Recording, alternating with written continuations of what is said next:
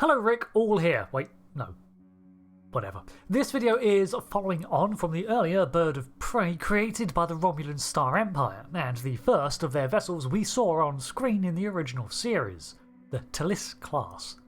First off, this name actually came from beta canon, where it was also used to identify the holographic projection vessel from Enterprise's 4th season. The name has since been established in canon, but prior to this, other licensed material referred to it as the V8 Evasiveness class, or simply the Bird of Prey. The real origin for the vessel is from the designer Hua Chang for the original series of Star Trek, and it took him 2 weeks of work.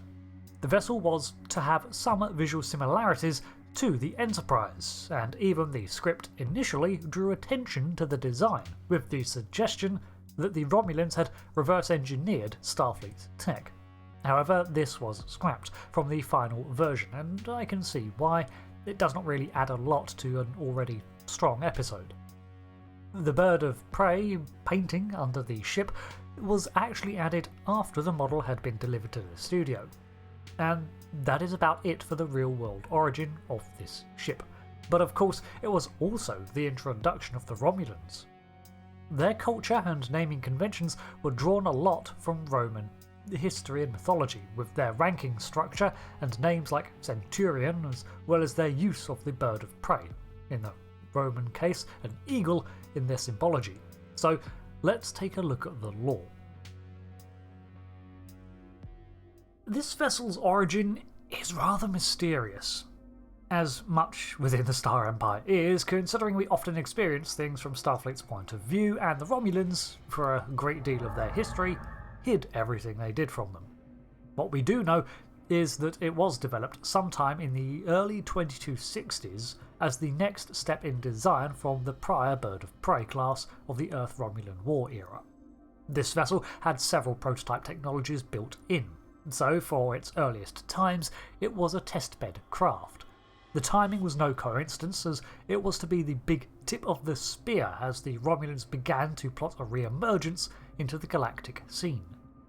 The first time the Federation encountered this ship was in the Balance of Terror, where it had been deployed into UFP space to take out a number of Starfleet monitor stations along the neutral zone to test out both its new generation cloaking device, an experimental plasma weapon, and Starfleet's response to this incursion. It was the Romulan belief that Starfleet had become complacent over the years since the Earth-Romulan War, and that the time to strike might be now. As we see from the Strange New Worlds episodes, Captain Kirk's outfoxing of the Romulan commander and subsequent destruction of that Bird of Prey caused the Romulans to reevaluate their plans. It also heightened Starfleet Intelligence's counter-Romulan operations and successfully maintained the neutral zone for another 119 years. Also, the original vessel was described as having no warp capability and impulse drive only. A number of explanations have been raised since then to try to explain this line of dialogue, as no warp speeds in Star Trek is incredibly impractical, plus the ship visually appears to possess warp nacelles. These explanations range from Romulans' first forays with singularity drives, so no signs of a traditional warp system could be detected. Others say that it was a prototype without such a drive to improve its cloaking ability. After all, later cloaks were often revealed through vulnerabilities in their power systems.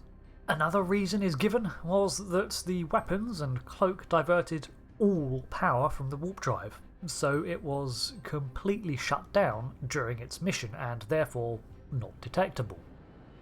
Also mentioned is that the vessel could have been tugged to the border, then released to silently coast across with minimal detectability as possible, and so on. Future vessels of this class did indeed possess warp, however, so it's probable that this ship was warp capable, just not the first one encountered, for some reason that died with the ship. The ship was 150 metres long, which makes it about 199 wide and 48 tall. It was crewed by a maximum of 170 and had 5 or 6 decks. In terms of warp, when it had the capability, it could travel at a cruise factor on the TOS scale of warp at 6 with a maximum of 8. This was derived from the twin generators of unconfirmed origin. It could be matter-antimatter reactors or the earliest uses of artificial singularities. The new cloaking device was the most successful yet, with it almost evading Starfleet sensors. The only signs that it was there was the visual ripple occasionally, or old-fashioned motion sensors tracking something, but even then they could not locate exactly where it was. However, the cloak continued to be a power-hungry system, and this version drained even more than the previous ones. While it was active, shields and warp were a complete no-go.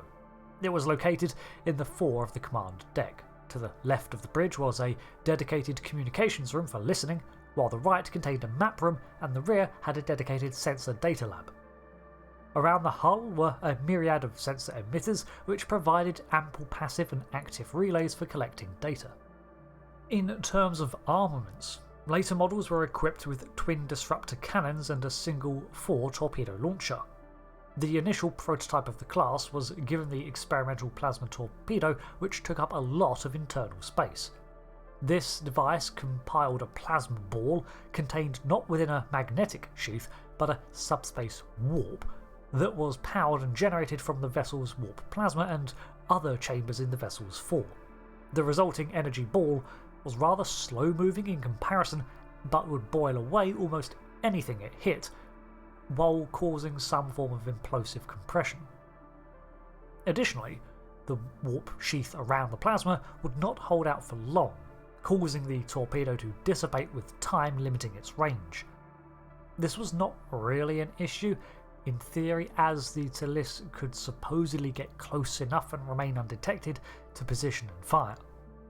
It contained a single shuttle craft that could hold 6 people, or 2 smaller 3-man pods, in a hatch-opening launch bay. The ship itself was capable of both atmospheric flight and landing, with retractable landing legs.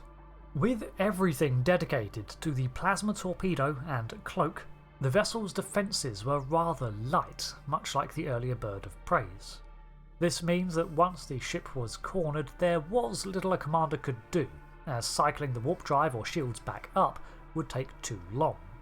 For these reasons, after the Balance of Terror incident, the Star Empire removed the equally resource-hungry plasma weapon in the latter Talis craft, replacing it with the more conventional torpedo launcher. However, the Romulans did continue to utilise plasma in many of their weapons in some form.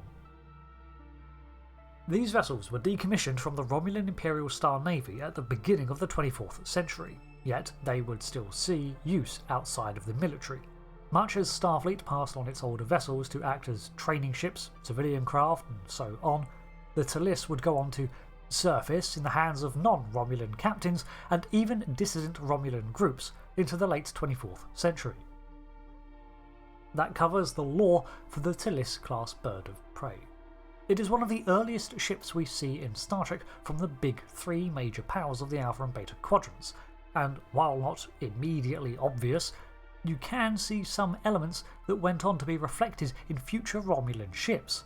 The addition of the actual painted livery was a great design idea, and I'm glad to see it continue on, even in the more subtle approaches like on the hull patterns of the newer warbirds. And I like the idea that other ships of that era might each have their own design on them. Thanks for watching this breakdown. Until the next video, I've been Rick, thanks again, and goodbye.